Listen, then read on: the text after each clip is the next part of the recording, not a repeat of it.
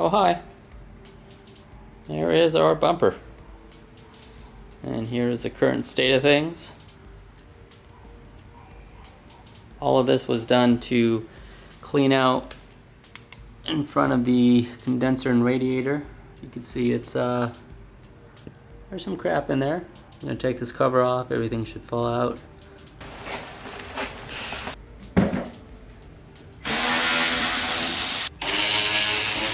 Need more light.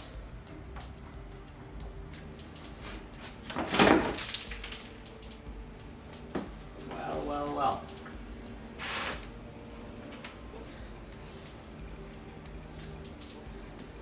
Leaves, cigarette butt, more leaves, another cigarette butt, grasshopper, moth, bee.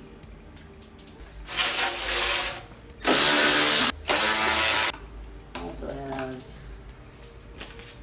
the temp sensor. Let's see.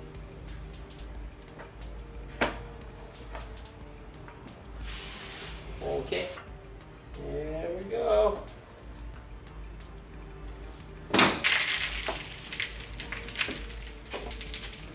Oh boy. Yikes. I mean, this is just ridiculous. It's not my hair. Where'd you guys put my brush? Oh. Found it.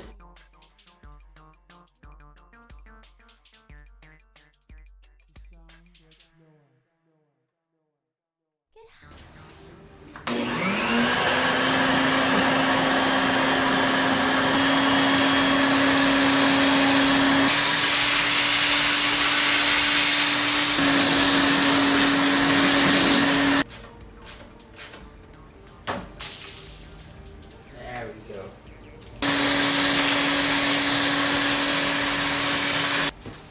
This is pretty nasty.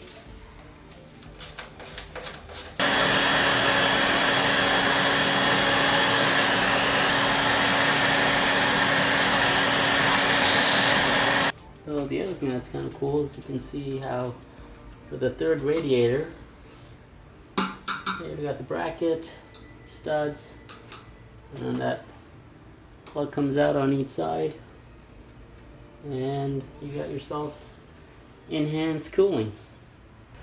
Well, hot damn, that was pretty satisfying. Getting all those leaves and bugs and cigarette butts out of there feels really good. I'm just going to wipe things down, and then before I put things back together, I'm going to remove the front spoiler lip from the front bumper cover. Got some plans for them.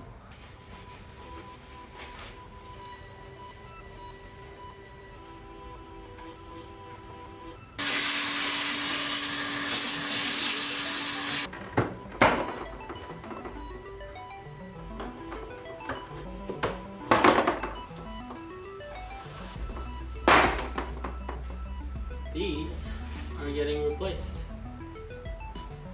And you'll have to wait to see with what. For those who know me, they can probably already guess.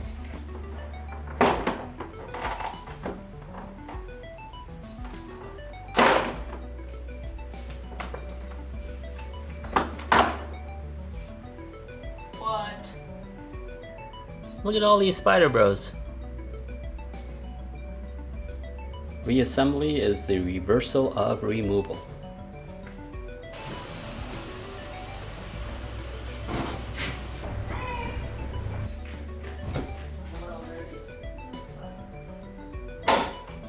Change of plans. Well, good morning. Here we are the next day after a lovely meal and deep conversations. We are in the Kianski Hall of Fame because you see it's a hallway, right? And then there's famous flags and products and people. Maybe one day, probably not. Today we're going to take off the rear bumper. We need to take care of something. So why do we have to do that, you ask? Well, it's because of this. I've been wanting to take care of the damage on that left bumperette since I got the car. Finally getting around to it. Those parts are not part of the rear bumper, they're separate, but all the plastic clips are really hard to access unless you take the bumper off. So that's why we're going to do that today. I know what you're thinking. You're thinking there's a perfectly fine quick jack right there. Why isn't he using that? Well, since it's gonna be at least a week before I get the parts back, I figured it's not really worth all the setup, because as good as the quick jack is, it does still take a while to set up. For what I'm doing here, I don't really need the whole car up at the same time. Know what I'm saying? Chock the wheels. Need the cardboard to protect the epoxy floor from the sharp corners of the jack stand. And we pump.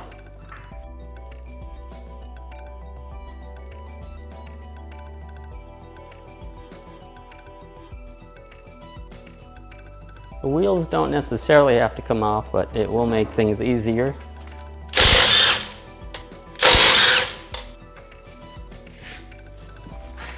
Stay. Next thing is we need to remove the spoiler to do this, so we're going to manually raise it with clean fingers.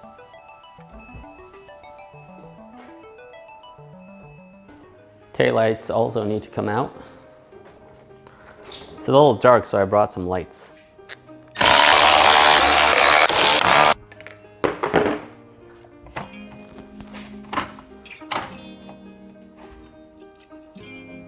We have 2 nuts and some bugs, of course.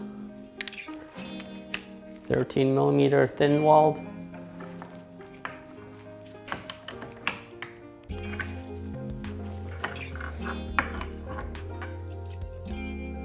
And these, I believe, are 11mm.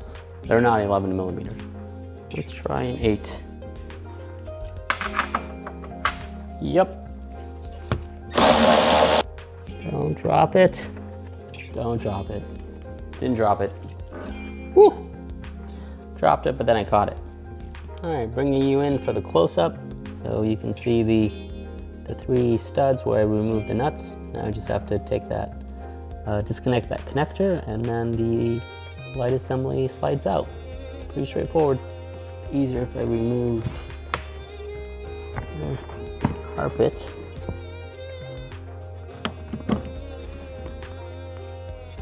There we go. And this just slides right out. And now we just do the same on the other side. Easy.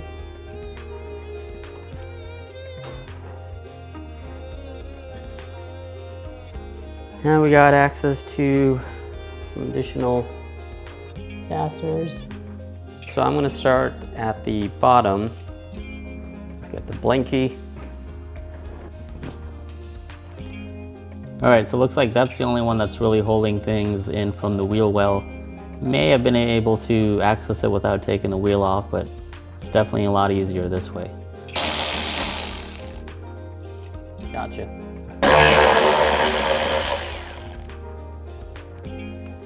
Where's my tray?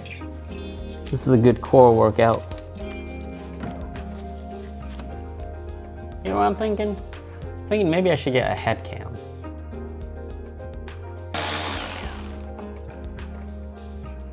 All right, so that should be it for all the fasteners. I just realized something, that the previous owner put the license plate frame with the camera on it, so there's wires to it, and I don't know if there's a connector in the back. If I can remove that completely first before taking the bumper off. I guess I could take all these screws out and that takes the camera out, because that should then fit through the hole that they cut. And I can set this aside.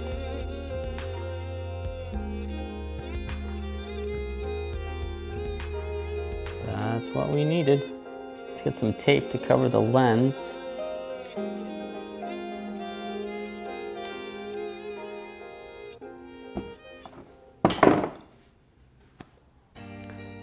Moment of truth.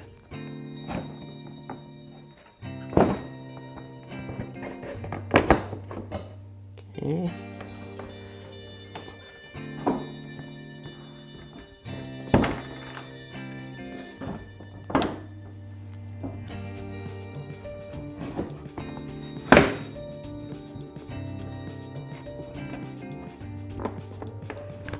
Why do they put the clip on the bottom?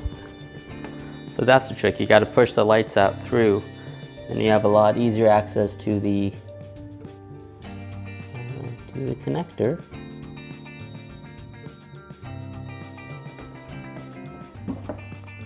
We got it. We got it. And then here is the camera cable was routed here under there. Yeah, there's no connector. There's some janky looking tape though. What the hell is this? DY something? I'm gonna make it in that trash can.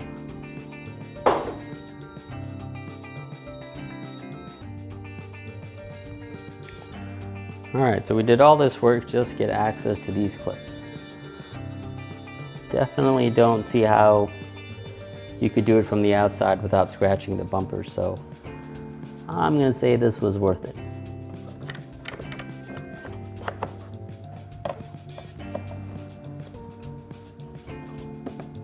Come on.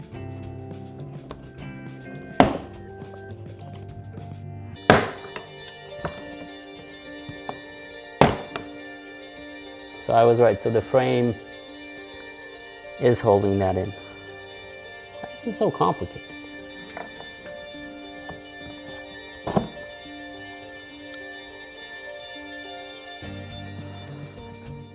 Well, there you have it. Yeah, there's no way you're doing that with the bumper on. So you got a frame holding the bumperette, which is then attached to the bumper. Classic German engineering. Alright, this side should be easier, but it probably won't be. Every time I use a different trim tool, it reminds me of the dentist, where they keep changing out their picks when they're cleaning your teeth. They all feel the same, they all suck. Almost.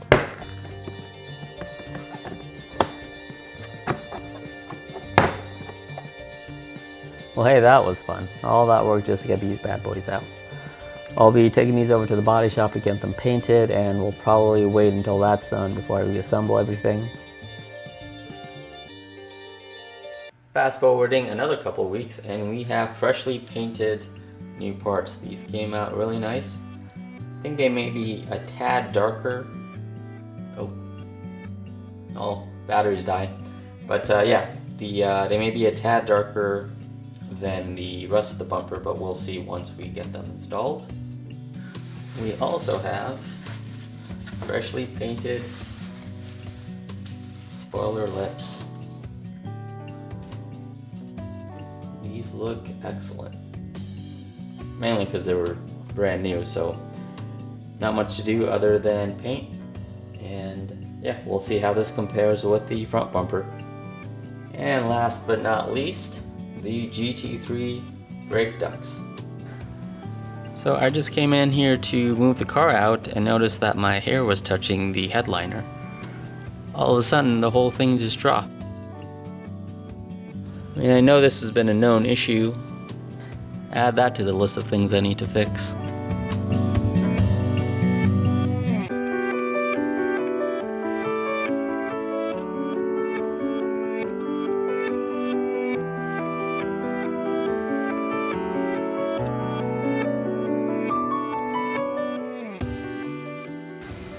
Alright, so the bumperette comes in from the bottom with the two tabs at the top. These guys, they go into those slots, push it in, flips over the top, and then clips in.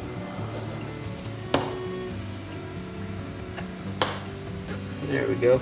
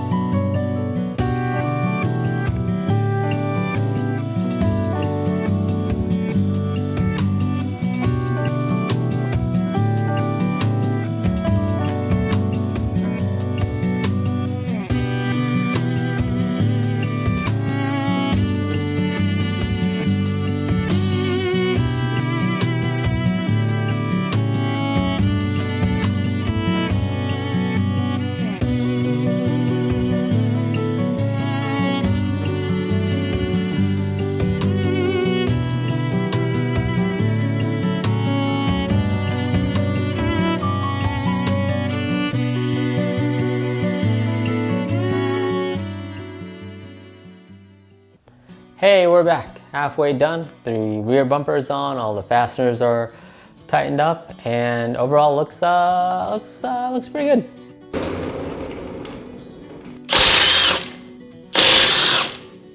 Let's get it comfortable. So there you can see the stock cooling duct wrapped around the controller arm. It is meant to help direct air towards the brakes to keep them cool.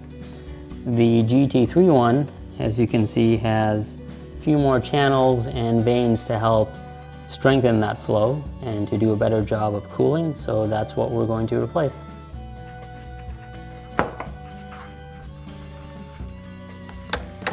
Aha.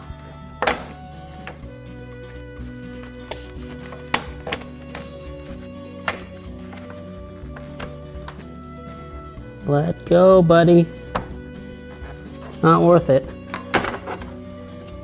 You've had a good run. You've done a lot of cooling. We appreciate your work. There we go.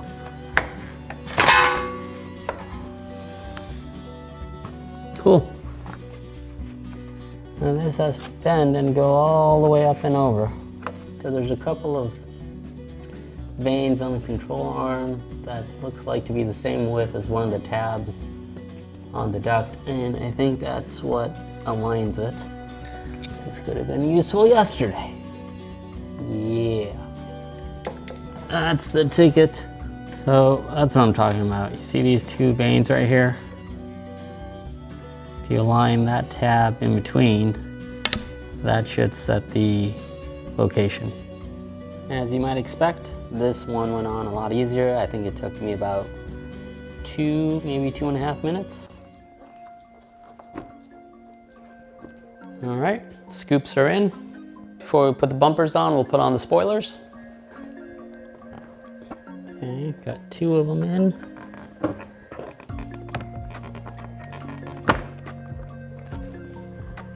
Three, 4. There we go. So that is on, and now we can flip it upside down and around and put it back on the car.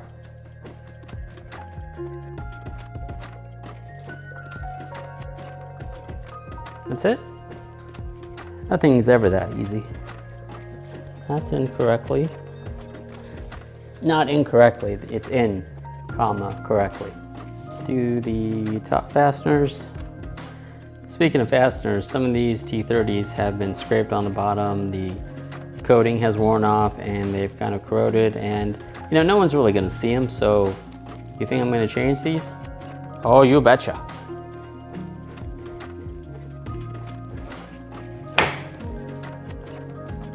Snap.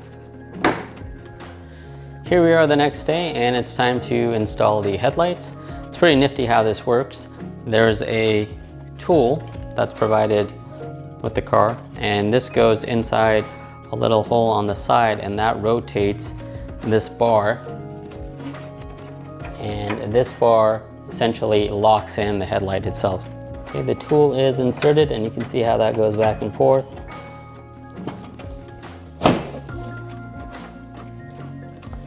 Okay. Now we just gotta go clockwise.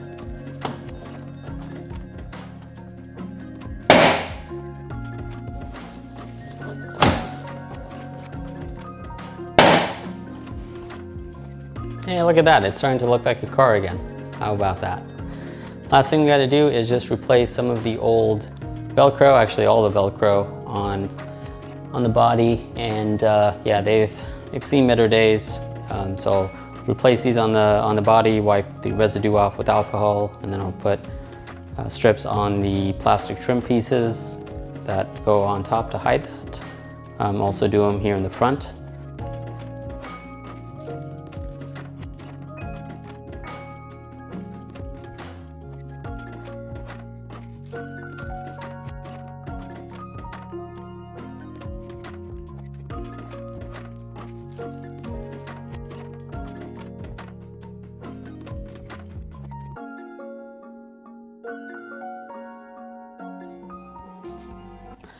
All right, so I promise this is the last step. We're finally here.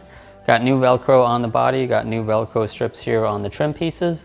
Before I install them, I'm going to use a little bit of aerospace protectant to freshen them up, and then that will do it.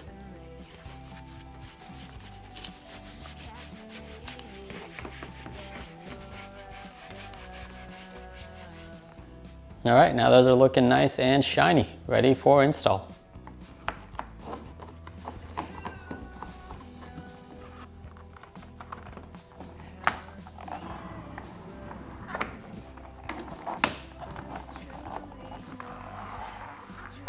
Hey now.